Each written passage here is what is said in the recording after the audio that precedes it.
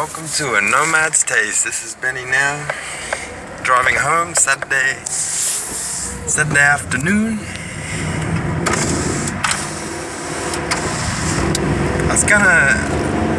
I made a few notes on my hand, all of 2 words. We're going to talk about belief in colonization because I touched on that this morning, and I like this topic because, like I was saying this morning, I heard the Pope, or I think I heard him, on like the news, and he was describing how the internet was evil because it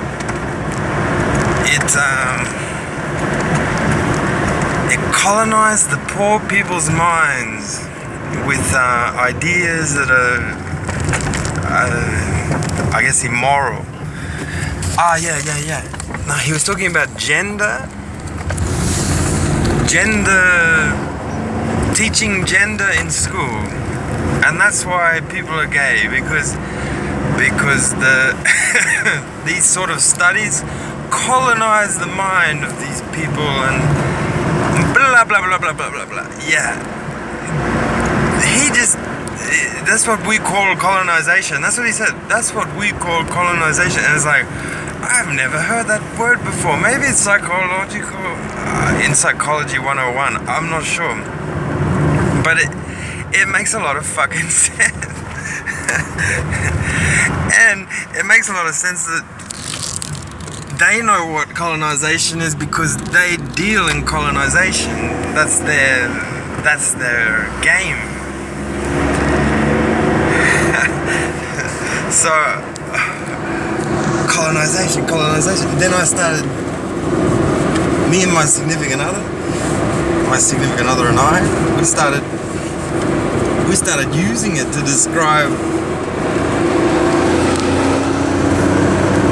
like things in our everyday life, until you realize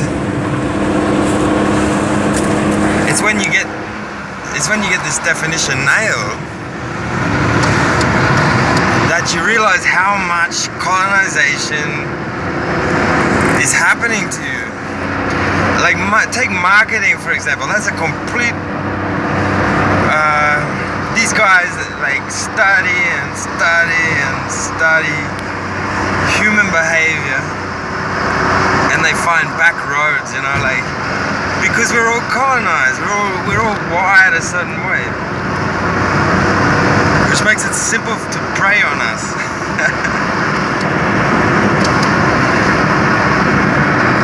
You look at some of the really old advertising, and it's like blatant, like it's too much, it's too blatant. And as we get more and more information, as the digital world has given us, like, we know all of their tricks. You can learn how to be a marketer, and then you know all of the marketing tricks, and then it's very, very difficult for them to colonize you with their product so that you're wired to buy it in the store. The big one for me, the big two, was my education and my and religion that I grew up with. That were the big two colonizations I had to disrupt, I had to dissolve.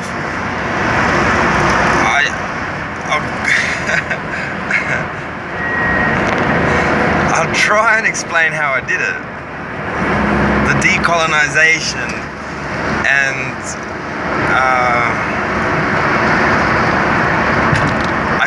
I think I have the solution for me. It worked for me. So first of all,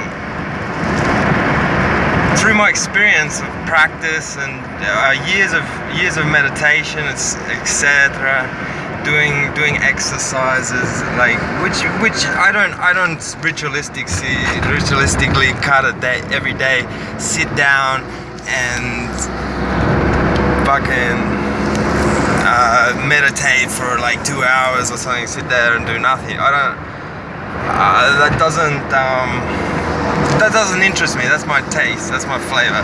I'm not that seriously. I don't know. I'm not drawn to it yet.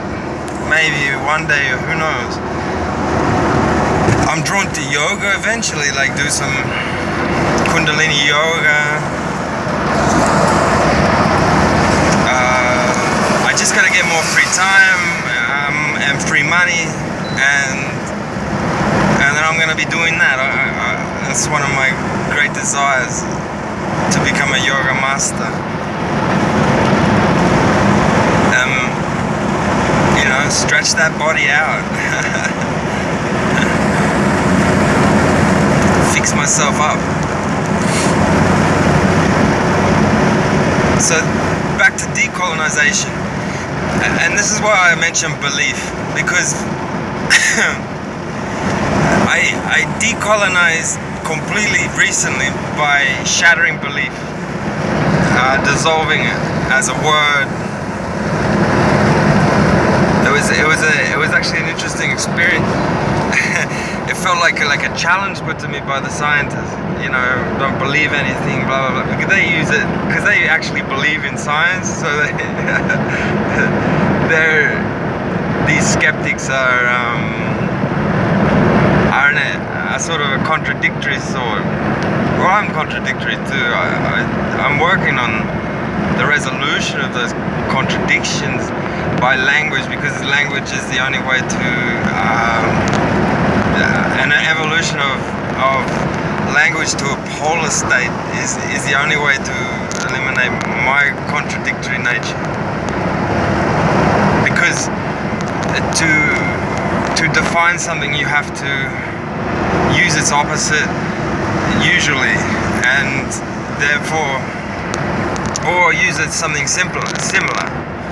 So therefore, the technique of those sort of techniques, if you're trying to describe something polar, are fraught with problems. Anyway, belief. It was simple to destroy belief. It was to stop using the word believe, and that means you need a good substitute. Okay, back to words. Why would I start at words? Why would I change what my words are saying? Someone very, very, very, very smart, and that helped me a lot, was a channeled being called Abraham. It's not a being, but a group of beings. That's how it's described. It's very difficult to describe itself, it reckons, but that's the closest it can get. Basically said, fuck trying to change your thought, because thought is so fast and unlimited. I agree. Thought, unlike the material realm, is completely without limits. There is no end whatsoever, no end in sight. And there's no end to its speed. It can invade you, and then it can really get you down. Like, you can feel like you're not making any progress if you're just focusing on your thought, stopping thought. You know, not stopping it, but like hushing, letting it pass, not listening to it.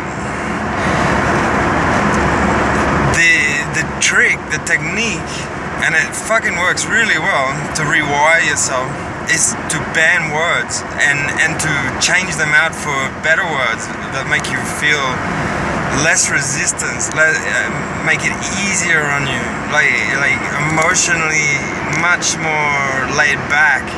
That's the goal. That's the goal of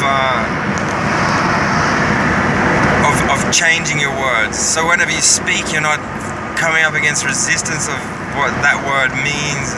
Like belief means basically you are set, baby. You're solid. You're a tile, a linguistic tile over the entity that you're believing in. You just, that is how it is. Like a fundamental Christian, they believe that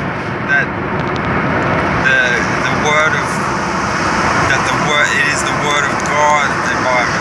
They believe that each and every word was written by God. Me as a skeptic, I go back through the history and pull the shit apart. Like it's too much. The the time frame, like, is. I mean, they've got the same story. Like this, the Islamic are very, very much, very like a fundamental Christian, you know. And then you get the ones that are going to church but that don't actually believe what they're saying. That's not.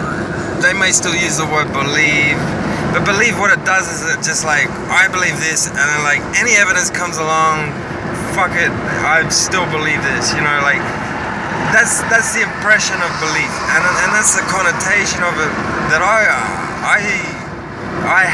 have. So it's important for me to replace it. If you have a nice connotation of it, then you don't have these problems. You're set. You're not colonized. But if you understand belief and you're using it in your everyday language, if you understand it as like a commitment, then you're colonized in a way. Well, decolonization, if you're interested in it, will work for you. First of all, when approaching any of these changes that I want to make with myself, I don't do the ritual. It's like this, like, make it a little bit memorable maybe. Be serious. I'm talking about be serious. So obviously humans make rituals, so it's like, it's serious. We're gonna do this ritual, you know? Yeah. So you light some candles, yeah? And then you sit down and you meditate a little bit. What does meditate mean? Just breathe in, breathe out. Focus on your breathing. Focus on your breathing. Then work through what are you gonna ask the universe for, you know? So, and then you go, universe, I want to decolonize myself. Seriously, I want to decolonize myself, and thank you. Thank you. I know you'll make that possible. Boom. Blow out the candles. That's coming at you, baby.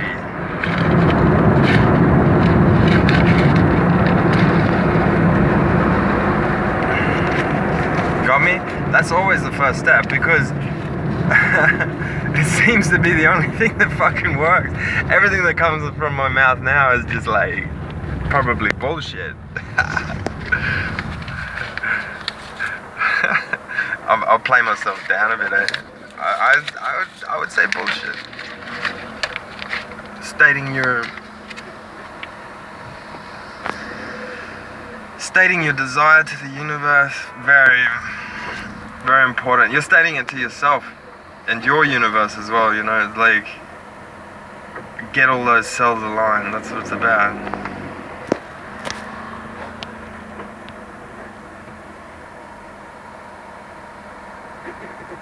Next, what did I change belief out for? Now, I'm a scientist, yeah. So I say I'm committed to testing this idea. The idea that I'm committed to testing the idea that, and I did it enough that I stopped using the word belief. So I stopped believing, because I'm not telling the universe. I don't know if people realize the power of words, how they reverberate. They even move the sound. They move your whole body. Like, your voice is different because you're hearing your voice through your organs. So your body's listening to you. And if you don't think it's conscious, then you're underestimating it. How the fuck do you know? How do you know the sun isn't conscious? Why do children put happy faces on the sun? Sad faces on the moon?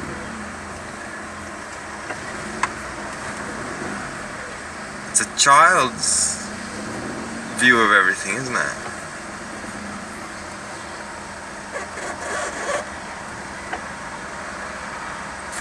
Okay, so you are getting my point, and that's how I decolonize myself from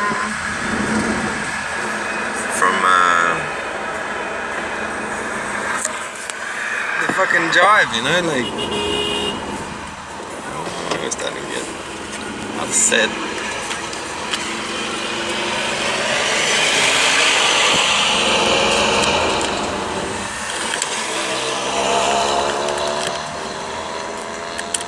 Because what happens is like, and then once you decolonize, you gotta be sort of, then you got no belief, and you're not colonized. So you can start making up your own story. See, my problem, I wanted to make up my own story, but I didn't quite believe it. I still had all of this shrapnel from my early life. So I have great difficulty. How could there be magic if I believe in physics? How could there be? How could I believe in a world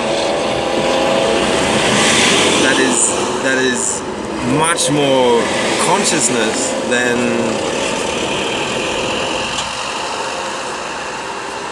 than it is physical reality?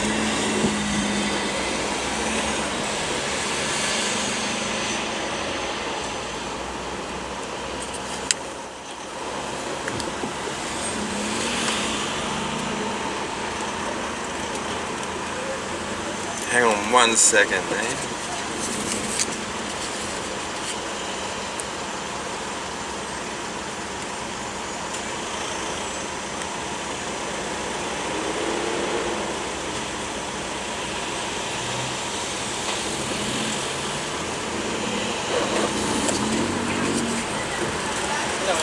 Hola, buenas.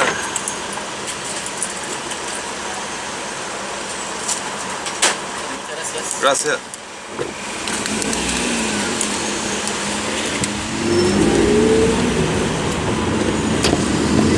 Yeah, so we're on colonization and belief.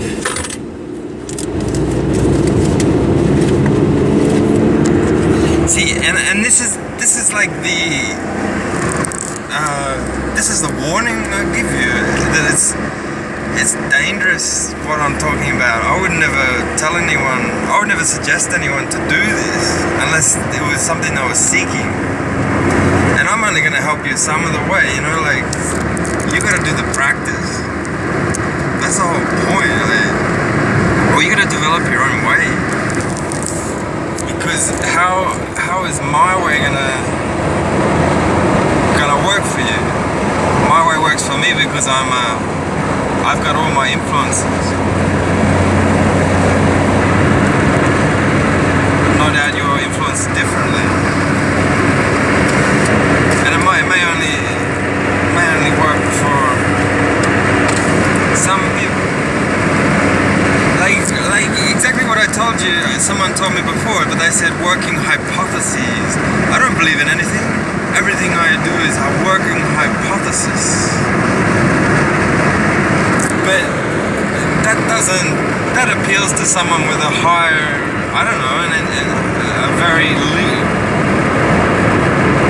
has a very, you know, a great deal of literature behind them that will dissolve their and also like a scientific mind. That's great for them, but that didn't work for me. I literally had to make the words committed to testing this idea and see where it takes me, see where it goes, you know? Which is a lot fucking simple for me, but you could simplify it even more. Like you could be like, I'm gonna take this idea and see where it goes, because I'm interested in it, you know, like that kind of thing. Like I like this Jesus idea. I'm gonna take it, like, and then any evidence that comes along, I'm testing it against it. You know, like I'm comparing it. Oh yeah, maybe it's like I'm committed to testing the idea. I'm not committed to the idea. And then something like sort of shifted in me, and then this commitment to a test became the commitment to the idea. It became simpler. The emotional,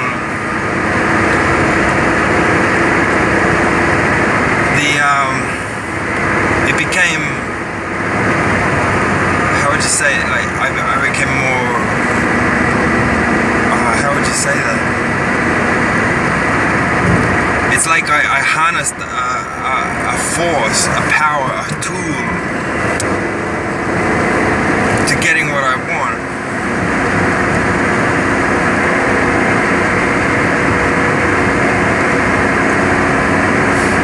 Persistence. This is the virtue.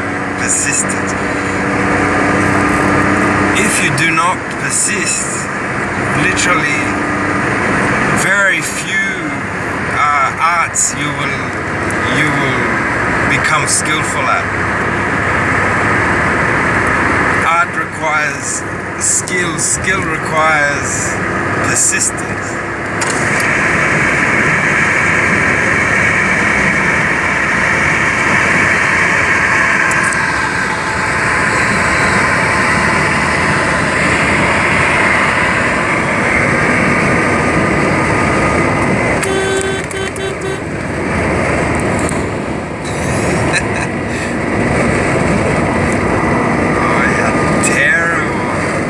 Such terrible drivers here.